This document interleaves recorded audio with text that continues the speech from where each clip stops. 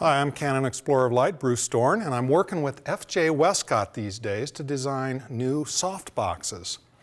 I've got a line of softboxes called the Bruce Dorn Select line, and it includes the original asymmetrical strip bank, but now I've expanded the line to include a new soft bank that is shallow in character, makes it excellent for location work when you have a limited amount of room to set your lights. It's optimized for use with the daylight fluorescent globes that are just becoming available. Daylight fluorescent is a continuous light source, which means you can shoot stills or video. It's not quite as bright as some of the incandescent globes, but it's very efficient because it is daylight balanced and you don't have to gel in order to get to a daylight balance from a tungsten source. I've specified a lighter weight material, so this is easier to transport for location shooters. And most importantly, I've specified a very translucent facing material, something that's called a grid cloth.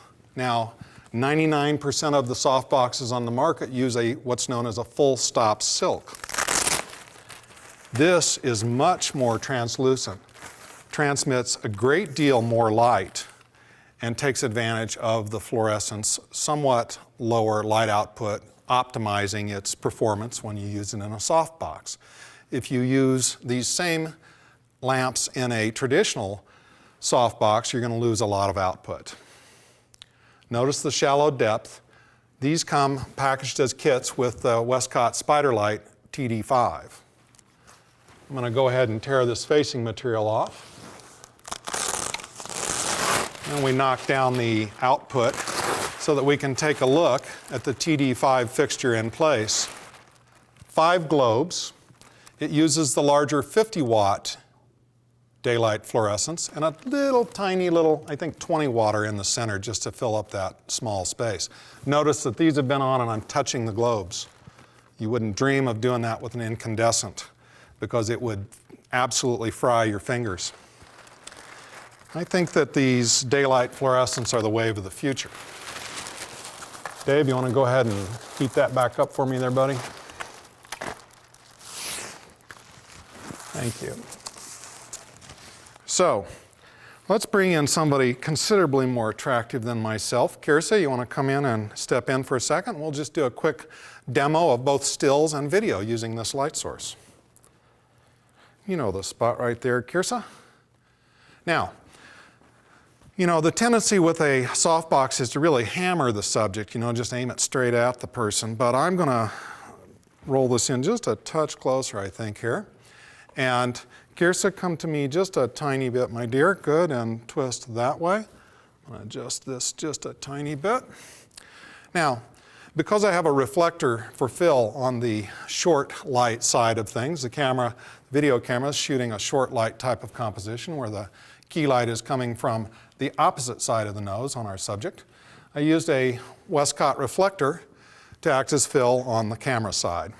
Now, I can feather this light, that is, use the edge of the cone of illumination to get really nice quality of lighting on Kirsa, but also shoot a good strong beam over into my reflector to come back in for fill. Take a quick look there. And I think we just need everything on there. Bring all the lights to the party. Let me grab a quick meter here. I can, of course, check my exposure by chimping, that is, look at the LCD and see what I'm getting.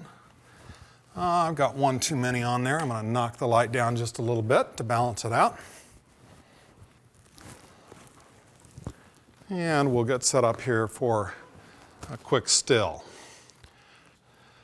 Let me wake this little guy up again here and see what we got.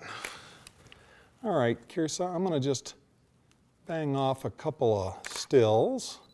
If you can just change it up slightly, my friend. Very nice. And lovely. Good. We'll have a little proof of concept there. Okay, so we now have a very usable, lightweight, easy to transport light source that's excellent for location work. The compact depth allows you to use it in very tight quarters, on location or in the studio. We have a choice of either speedlight, strobe, illumination. You can use studio strobes or speedlights. I recommend that if you do use incandescent globes, you restrict yourself to about 500 watts of incandescent, 3200 Kelvin. The only reason to use that is if you're matching 3200 Kelvin. In most other situations, I recommend the daylight fluorescent sources. They're 5500 Kelvin, work great with ambient window light, very cool to use, excellent for video and stills. Check them out. They're at FJ Westcott now.